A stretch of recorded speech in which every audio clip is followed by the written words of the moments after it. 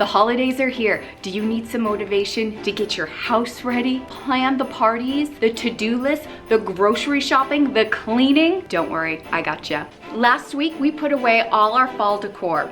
So now it's time to take out our Christmas decor. I am sure a lot of us already are decorated for Christmas and ready to go, but some of us are not.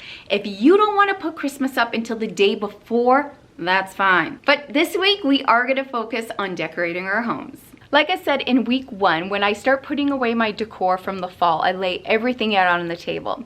Well, I do the same thing when it's time to decorate for Christmas. I put everything out on the table and then decide where it should go.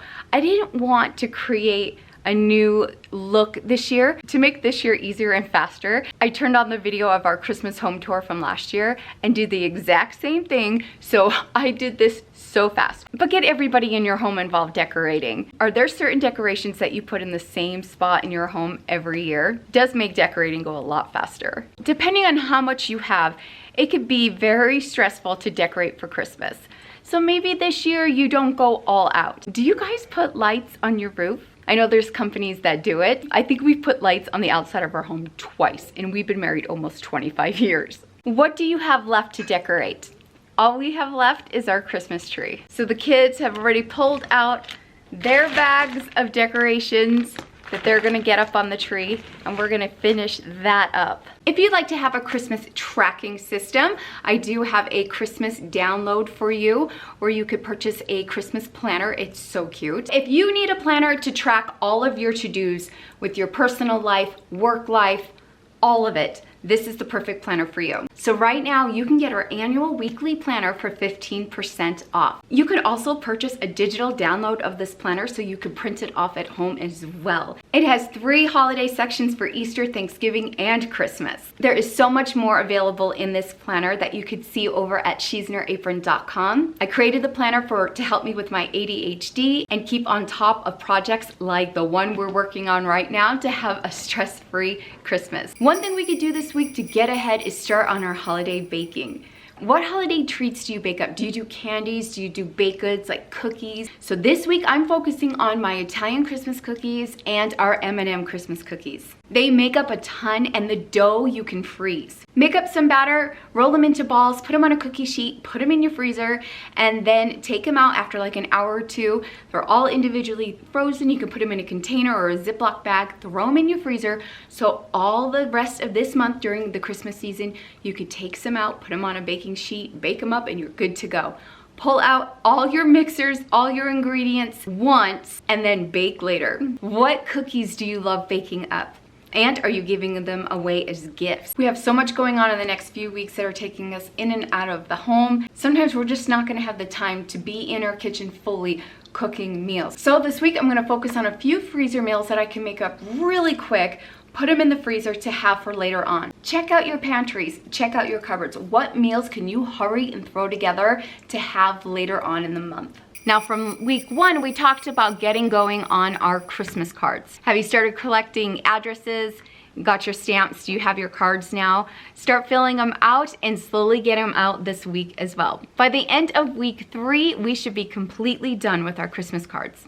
Now we need to focus on the big thing, our Christmas shopping. Have you started already? I have heard of a lot of people starting their Christmas shopping after Christmas for the next year. I have never got on that trend.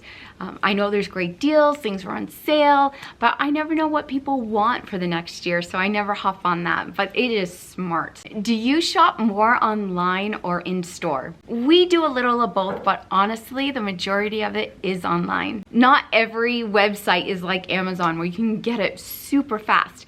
So if there is a big ticket item that you know you need to order and you're a little nervous that it might not get here on time, hurry and buy it online. Last year, we had a couple of our gifts that said they would not be arriving until Christmas Eve. Oh, that was cutting it way too close for me. Let's talk about wrapping our gifts. My biggest tip for you is to wrap as you buy. No more being like our parents where we would stay up on Christmas Eve and wrap gifts. It is no fun. There was one year we did all our wrapping the day before Christmas Eve. We were up late and we were a little kooky and delirious. We're so close to being done and we ran out of tape. I think we have packaging tape. Oh my gosh, I want to go to bed. Jake's like, can we just like lick it and the paper sticks? Did you imagine that? Dick. I've lost my mind. It's gross, but not a bad idea. So now we wrap as we buy. The best way to succeed at this is having some wrapping organization. Last year, I made a wrapping station, and that's what I'll be working on this week. It's a spot in your home where all your wrapping needs are. So no more people coming up to you asking you where the tape is, the wrapping paper, gift boxes, bags, tissue paper, bows, ribbon, all of it. And start thinking about shipping out your gifts. This year, I need to ship this box out to my mom. It's a tradition I have with my mom that we fill our favorite baked goods with it and mail it to each other. And it's always so fun to get her cookies.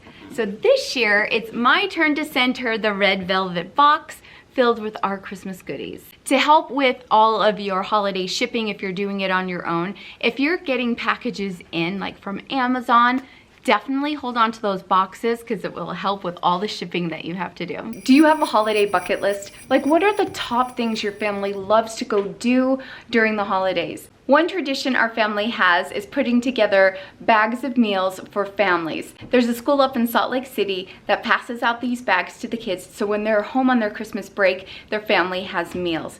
It's one of our favorite traditions. We also love going and looking at Christmas lights with extended family. There's a place here nearby where you can walk the paths and see all the beautiful lights. What are some things you're gonna cross off your bucket list? It is full steam ahead over here. This week we already have 2 holiday parties to go to. Add all of these things that we need to do into your routines during the week and get your family involved. We don't have to do everything on our own.